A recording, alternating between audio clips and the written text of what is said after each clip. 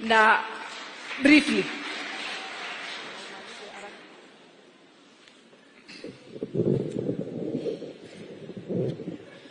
Your Excellency, Rais wa Jamhuri ya Kenya, Baba Askofu wetu, mapadri na Wakristo na viongozi, tumsifu Yesu Kristo daima na milele. Your Excellency, viongozi wenzangu wamesema mambo yote hasa kuhusu kaunti ya Uasin Gishu, lakini ni kushukuru Your Excellency kwa kupata nafasi kuja kushiriki katika kanisa letu la hapa Moibeni. Ya pili, Your Excellency, kanisa hili vile unavyoona imeng'ara, pia tunakushukuru. Wakati tulikutembelea na kukuuliza utusaidie kupitia Mheshimiwa Joseph Lagat, ulisaidia parokia hii, na ndio unaona Your Excellency kanisa imeng'ara. Hata Kaluma alikuwa ananiuliza kwani mko na mpango ya kuweka siti nyingine Moibeni kwa sababu ya kanisa. Kwa hivyo tunataka kushukuru kwa msaada hiyo. Ya pili, Your Excellency, ni kushukuru kama viongozi katika kaunti ya Uasin Gishu kwa ile kazi imefanyika, na niwahakikishie wananchi hapa, hasa katika mambo ya afya. Mambo ya afya ambaye serikali inaweka mpango, watu wengi wako na tashwishi ya mambo ya NHIF na SHIF. Nataka kuhakikishia hivi, SHIF iko na mambo mengi ambaye itagusa mwananchi kuliko NHIF.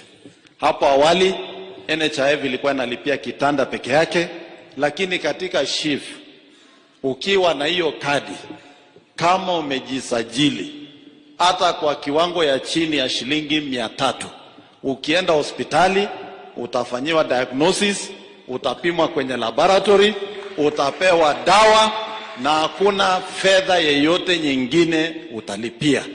Kwa hivyo yale matatizo kidogo ambayo tunapata kwa kubadilisha system, na waomba mvumilie, kwa sababu tumeweka macho yetu hapo ili kila Mkenya katika taifa la Kenya aweze kupata afya kwa karibu na kwa bei ama kwa pesa kwa kiwango ya chini.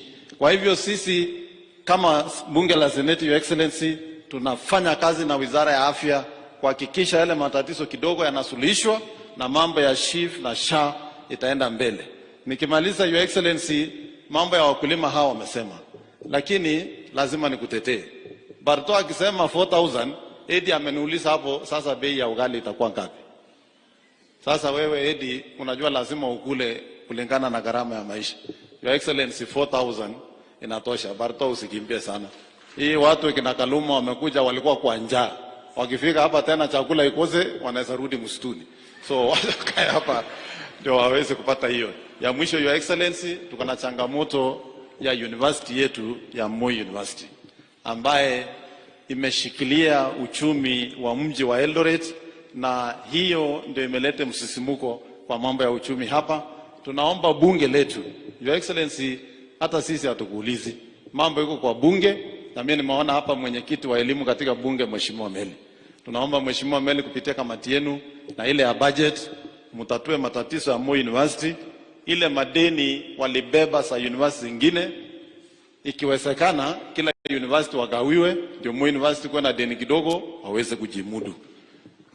Niko na mwenzangu Your Excellency, kwa ruhusa yako, unajua sasa tuko na furaha na saa zingine hatujui tuko na huzuni, kwa sababu kule National Assembly Kaluma ni self declared chairman ya broad based. Kule Senate hatuna amani, iko mtu mfupi anaitwa Eddie Okech, pia yeye ndio chairman ya broad based huko. Sasa hii breathing space hapo kwetu imekuwa kidogo, na hatutaki kutembea na oxygen cylinder kwa sababu ya hii watu. Sasa niruhusu tu nimpatie nafasi, kwa sababu huyu ndio alikuanga na baba hata wakati ya maandamano. Akipotea namna hii, najua kuna maandamano nimepangwa. Sasa vile amekuja, najua mambo iko sawa. Sasa wewe sema kwa kifupi.